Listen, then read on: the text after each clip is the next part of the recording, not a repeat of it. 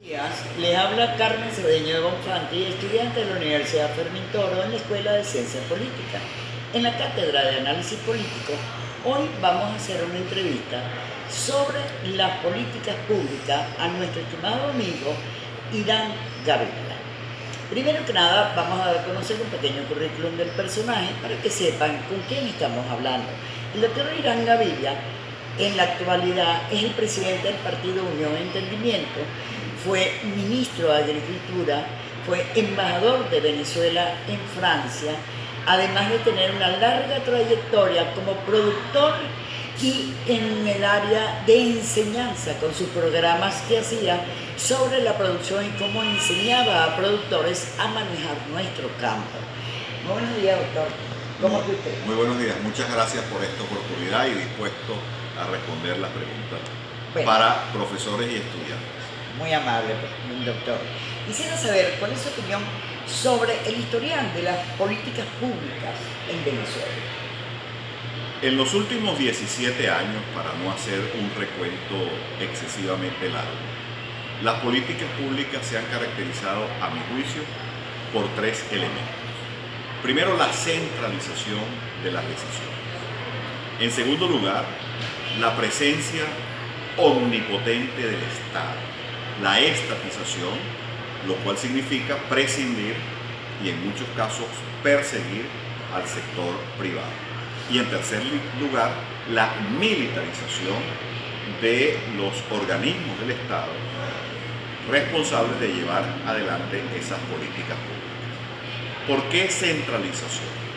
Porque en los últimos 17 años, el proceso que venía en Venezuela de descentralización, transferencia de competencias a los estados en materia de salud, administración de cárceles, servicios públicos, fue nuevamente centralizada bajo la férula del presidente de la República. Estatización, porque hemos vivido un proceso de tomas forzosas, expropiaciones, confiscaciones de unidades de producción.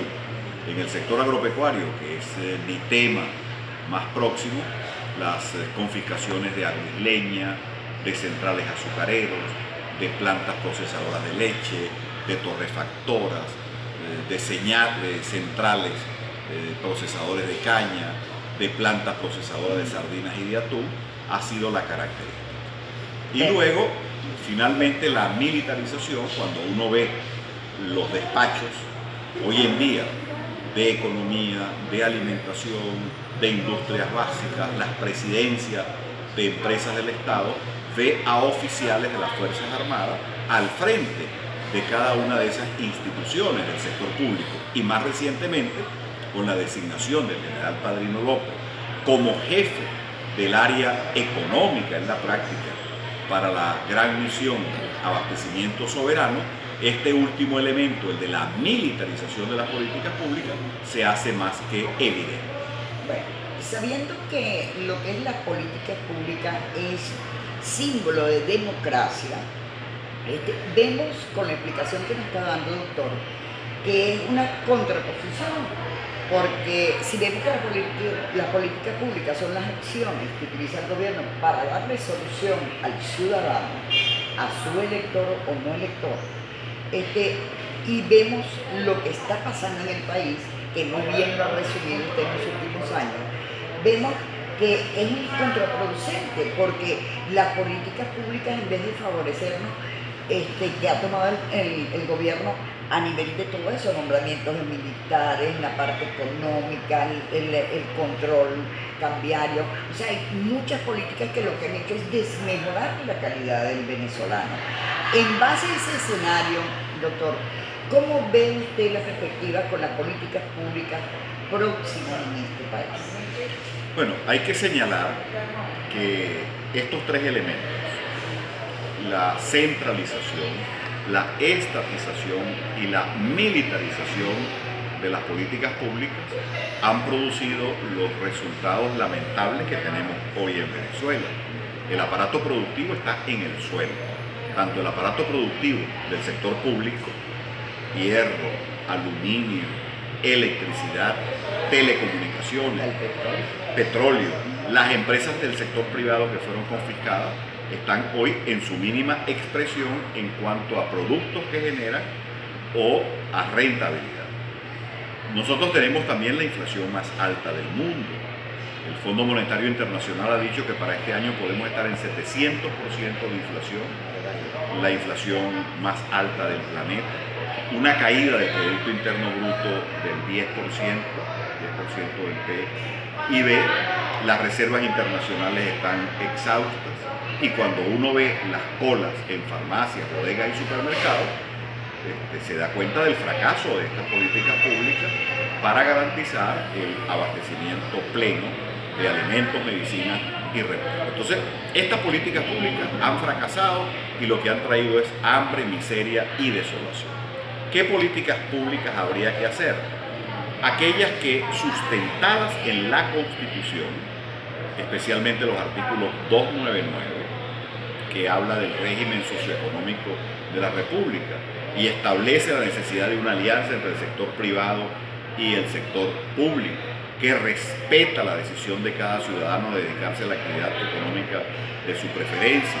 El artículo 112, que consagra el principio de la propiedad y lo respeta, entre otros elementos. El artículo 305 de la Carta Magna, que habla de la seguridad agroalimentaria, con base en nuestra propia Constitución, unas políticas públicas caracterizadas por una alianza entre el sector público y el sector privado, el respeto a la propiedad, es decir, seguridad jurídica, la atracción de capitales y tecnologías para reactivar el aparato productivo, precios rentables a lo largo de las cadenas productivas, proveer insumos, materias primas, a lo largo también de todas las materias primas, establecer alianzas internacionales que favorezcan al aparato productivo y al empleo nacional, de forma tal que, respetando la Constitución, nosotros podamos tener en el corto plazo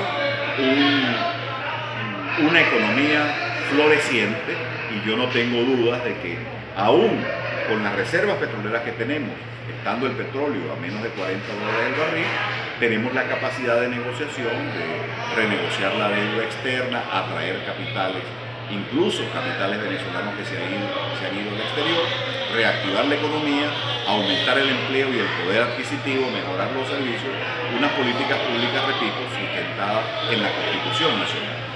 Bueno, con ustedes, nuestro invitado, que por demostración propia conoce y maneja el tema, nos dio una visión de la realidad del país, pero también le agradecemos porque en su proyección nos da mucha esperanza de que este país tiene hombres y mujeres con qué salir adelante, preparados y conocedores para volver a florecer en Venezuela la calidad de vida de los ciudadanos. Muchísimas gracias. Gracias, doctor. No, gracias a usted.